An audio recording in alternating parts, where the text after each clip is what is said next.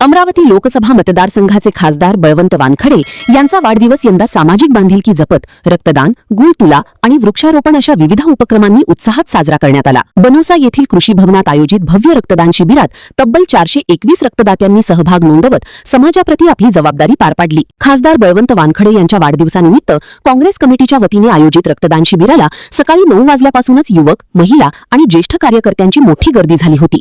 जिल्हा सामान्य रुग्णालय अमरावती तसेच दर्यापूर उपजिल्हा रुग्णालयाच्या वैद्यकीय पथकाने रक्तसंकलनाची जबाबदारी पार पाडली।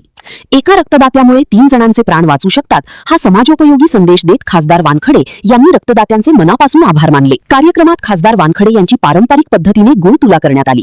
त्यांच्या वजना इतका गुळ गरजू आणि आर्थिकदृष्ट्या दुर्बल कुटुंबांना वाटप करून वाढदिवसाला सामाजिक सेवेची जोड देण्यात आली। पर्यावरण संवर्धनाचा संदेश देण्यासाठी खासदार वानखडे यांच्या हस्ते दर्यापूर येथील बाजार समिती आणि ग्रामीण रुग्णालय परिसरात 51 देशी वृक्षांचे वृक्षारोपण करण्यात आले।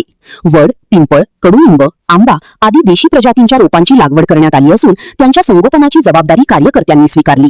यावेळी बोलताना खासदार बळवंत वानखडे म्हणाले, वाढदिवस हा केवळ केक कापून साजरा करण्याचा दिवस नसून समाजासाठी काहीतरी सकारात्मक करण्याची संधी आहे।